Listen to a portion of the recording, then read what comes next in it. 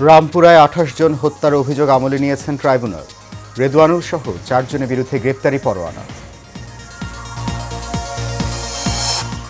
সবাই গ্রহণযোগ্য ও সুষ্ঠু নির্বাচন চায় বললেন আমির খসরু। কালক্ষেপণ না করে এখনই ইসিকে কাজ করার আহ্বান। এবং ইসরায়েলি বাহিনীর হাতে বাংলাদেশি আলোকচিত্রী শহীদুল আলম আটক। কনসার্ন সহ ফ্লোটিডার সব জাহাজ আটকের দাবি।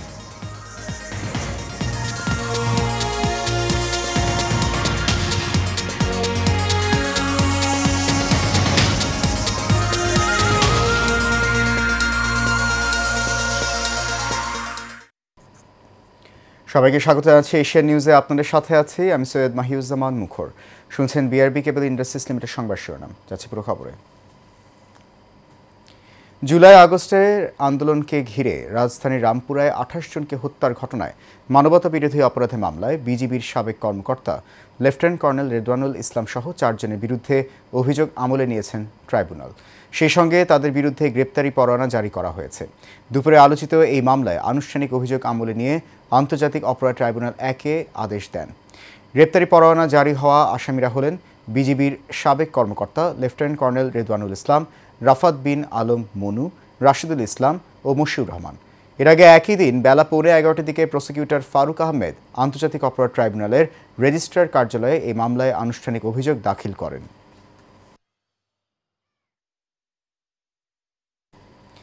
নির্বাচনী ইস্যুসহ নানা বিষয়ে বিদেশিদের কাছে নালিশে কিছু নেই। বাংলাদেশে কি হবে তার সিদ্ধান্ত নেবে জনগণ, এমন মন্তব্য করেছেন বিএনপির স্থায়ী কমিটির সদস্য আমির খসরু মাহমুদ চৌধুরী। রাজধানী গুলশানে বিএনপি চেয়ারপারসনের রাজনৈতিক কার্যালয়ে ইইউ রাষ্ট্রদূতের সাথে বৈঠকের পর এসব কথা বলেন তিনি।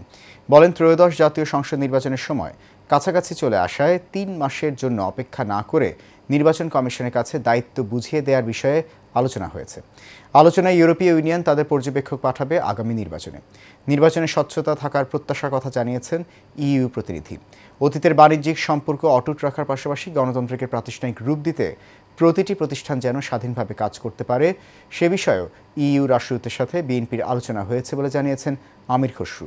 এর আগে বিএনপি মহাসচিব মির্জা ফখরুল ইসলাম আলমগীরের নেতৃত্বে দলটির কয়েকজন নেতা ঢাকায় নিযুক্ত ইউরোপীয় ইউনিয়নের রাষ্ট্রদূত মাইকেল মিলার সহ প্রতিনিধি দলের সঙ্গে বৈঠকে বসেন।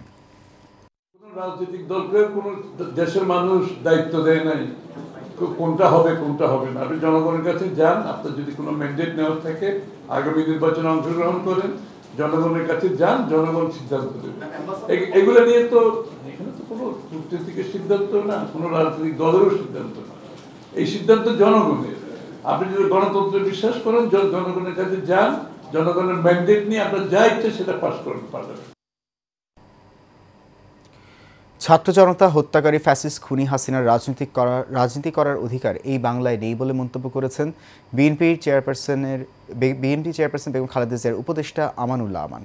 সাভারে ভাকুরতা ইউনিয়ন বিএনপির কর্তৃক আয়োজিত ফিরিঙ্গিকান্দা জনসমাবেশে কথা বলেন তিনি। সভায় প্রধান আলোচক ছিলেন ঢাকা ২ আসনের বিএনপির মনোনয়ন প্রত্যাশী ব্যারিস্টার ইরফান ইবনে আমান অমি। এ সময় উপস্থিত ছিলেন ভাকুরতা ইউনিয়ন বিএনপির সভাপতি হাজী সরার হোসেন, সাধারণ সম্পাদক হাজী নুরুল মমিন, যুগ্ম সম্পাদক বাহাউদ্দিন বাহার ও সহসভাপতি শফিক সহ অনেকে।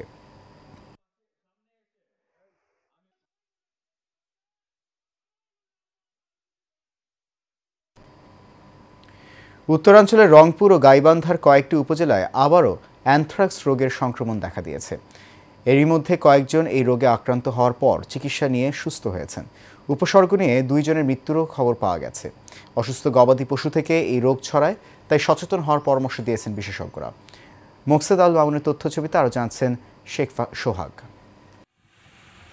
এবছর জুন জুলাই মাসের দিকে রংপুর পীরগাছা উপজেলায় অ্যানথ্রাক্স রোগের প্রাদুর্ভাব দেখা দেয়। পাশাপাশি মিঠাপুকুর ও কাউনিয়া উপজেলায় অ্যানথ্রাক্স সন্দেহে কয়েকজনের নমুনা পরীক্ষা করা হয়েছে। পীরগাছায় অ্যানথ্রাক্স উৎসর্গ নিয়ে 2 জন মারা গেছে।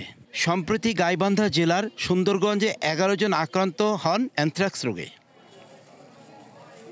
একটি সুস্থ গরু জবাই করে মাংস ভাগ করে নেওয়ার পর তাদের মধ্যে এই রোগ ছড়িয়ে পড়েছে বলে জানিয়েছেন স্থানীয়রা। যারা কাটাকাটি করছে তারাই অসুস্থ হয়েছে, যেগুলো খাইছে এখন অসুস্থ হয়নি। তার মধ্যে 12 জন অসুস্থ, 12 জনের মধ্যে 5 জনের মধ্যে 2 জন একটু ভালো মোটামুটি অসুস্থ। তাদেরকে ডাক্তারের সঙ্গে কথা বলেছিলাম, ডাক্তার কথা বলার পরে যে হতাশ আর কিছু নেই, এটা একটু সময় লাগবে, ভালো হবে, সুস্থ হবে।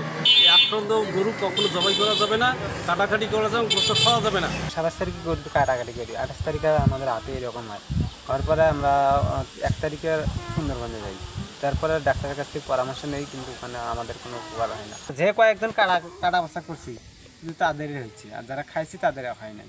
পরের দিন আর কি দেখা গেল 2-4টে করে হাতের মধ্যে ফসা, এই ফসা হওয়াতে হাত ফুলি যায়, সেটা তারা আক্রান্ত হয়ে গেল। এই আমাদের এই পরিচিতি এলাকার এই আর বহু গরু ছাগল আক্রান্ত হয়ে পড়ে যাবে। গরুর ভাইরাস হওয়ার কারণে আমাদের এই এলাকায় খুব একটা আতঙ্ক চলতেছে, আমরা খুব আতঙ্কের ভিতরে আছি। কেননা এখানে রোগ কিভাবে কি হইতেছে, কোন গরুর ভিতরে যাইতেছে, আমরা এগুলো কিছুই বুঝি না বোঝার কারণে আমার গরু সকালে একটা মারাই গেছে। এদিকে গবাদি পশুর মাঝে অ্যানথ্রাক্স ছড়িয়ে পড়া রোধে টিকা দেওয়ার কার্যক্রম চালু করা হয়েছে বলে জানিয়েছেন স্থানীয় প্রাণী সম্পদ অধিদপ্তর।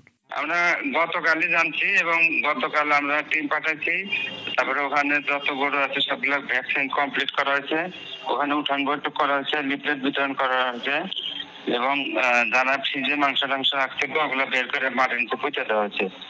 গবাদি পশু থেকে এই রোগ মানুষের মাঝে ছড়ায়, তাই সুস্থ থাকতে সতর্ক থাকার পরামর্শ দিয়েছেন চিকিৎসক। অ্যানথ্রাক্স সংক্রমণ ঠেকাতে দ্রুত পদক্ষেপ নেওয়ার আহ্বান জানিয়েছেন স্থানীয়রা। Sheikh Sohag, Asian television, Dhaka. Freedom flotilla কোয়ালিশনের অংশ হিসেবে গাজা অভিমুখী কনসেন্স জাহাজটি থেকে বাংলাদেশি আলোকচিত্রী শহীদুল আলমকে ধরে নিয়ে গেছে ইসরায়েলি সামরিক বাহিনী।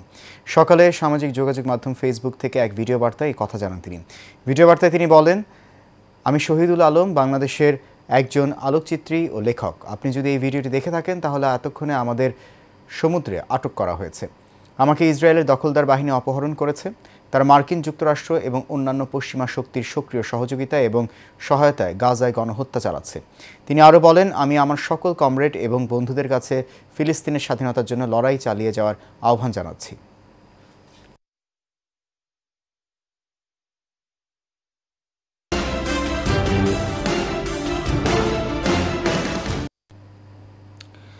চাঁদপুরের ফরিদগঞ্জে উপজেলা বিএনপির আহ্বায়ক এম এ হান্নানকে দলীয় মনোনয়ন দেওয়ার দাবিতে উপজেলা মহিলা দল ও পৌর মহিলা দলের উদ্যোগে গণমিছিল হয়েছে। ফরিদগঞ্জ উপজেলা পরিষদের সামনে থেকে সদরের প্রধান সড়ক প্রদক্ষিণ করে মিছিলটি বাসস্ট্যান্ডে গিয়ে শেষ হয়। পরে শেষে সংক্ষিপ্ত সমাবেশে প্রধান অতিথির বক্তব্য রাখেন চাঁদপুর জেলা বিএনপির সদস্য ও উপজেলা বিএনপির যুগ্ম আহ্বায়ক ডাক্তার আবুল কালাম আজাদ। উপজেলা মহিলা দলের আহ্বায়ক রেবেকা সুলতানা স্মৃতির সভাপতিত্বে ও সদস্য সচিব আমেনা বেগমের সঞ্চালনায় উপস্থিত ছিলেন উপজেলা মহিলা দলের যুগ্ম আহ্বায়ক ফারজানা সহ অনেকে।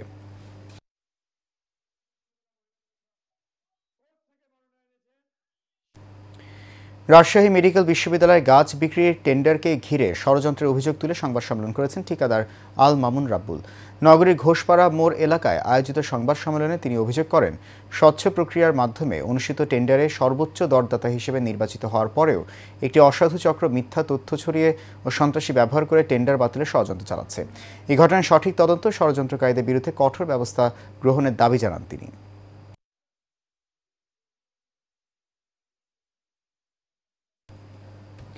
সুনামগঞ্জের দোয়ারা বাজার উপজেলার বাগামারা গ্রামে বসতবাড়িতে হামলা, মারধর, ভাঙচুর, লুটপাটের অভিযোগ উঠেছে।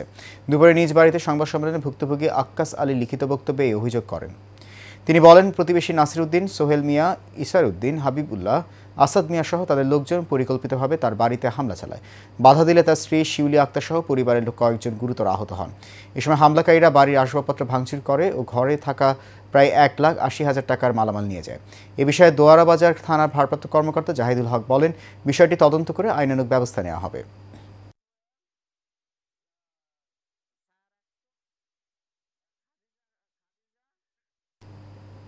জুলাই সনদের আইনি ভিত্তি ও পিআর পদ্ধতিতে জাতীয় সংসদ নির্বাচন সহ 5 দফা দাবিতে কেন্দ্রীয় কর্মসূচির অংশ হিসেবে খুলনার দিঘলিয়া উপজেলার বারাকপুর ইউনিয়ন জামাতের উদ্যোগে গণমিছিল হয়েছে। মিছিলে জামাতি ইসলামী নেতাকর্মী সহ স্থানীয়রা অংশ নেয়।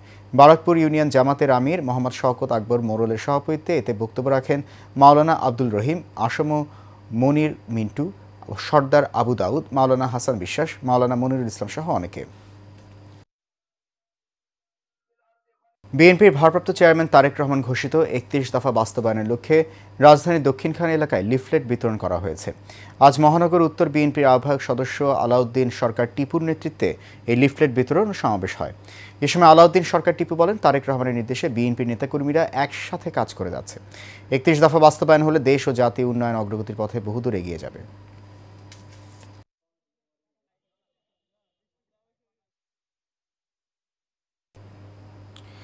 নতুন একটি সাফল্যের দিগন্ত উন্মোচন করল অতিথি গ্রুপ। রাজধানী পল্টনের কালভার্ট রোডে রূপায়ণ FPAB টাওয়ারের ৬ষ্ঠ তলায় নতুন অফিসের উদ্বোধন করেছেন প্রতিষ্ঠানটি। নতুন অফিসের উদ্বোধন করেন অতিথি গ্রুপের chief brand ambassador Masud Parvez Sohel Rana. প্রধান অতিথি হিসেবে উপস্থিত ছিলেন অতিথি গ্রুপের ব্যবস্থাপনা পরিচালক ও CEO লায়ন সাইফুল ইসলাম সোহেল। উপস্থিত ছিলেন ফার্স্ট লেডি মার্চেন্ট উদ্যোক্তা ও অতিথি সফটওয়্যার সলিউশন লিমিটেডের পরিচালক লায়ন আফিয়া কনক সহ অনেকে।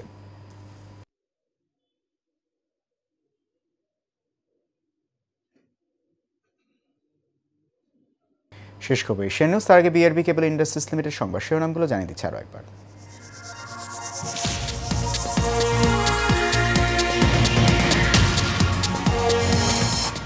রামপুরায় 28 জন হত্যার অভিযোগ আমলে নিয়েছেন ট্রাইব্যুনাল। রেদওয়ানুল সহ 4 জনের বিরুদ্ধে গ্রেপ্তারি পরোয়ানা। সবাই গ্রহণযোগ্য সুষ্ঠু নির্বাচন চায় বললেন আমির খসরু। কালক্ষেপণ না করে এখনই ইসিকে কাজ করার আহ্বান। এবং ইসরায়েলি বাহিনীর হাতে বাংলাদেশি আলোকচিত্রী শহীদুল আলম আটক। কনস্টান্সা সহ ফ্লোটিডার সব জাহাজ আটকের দাবি।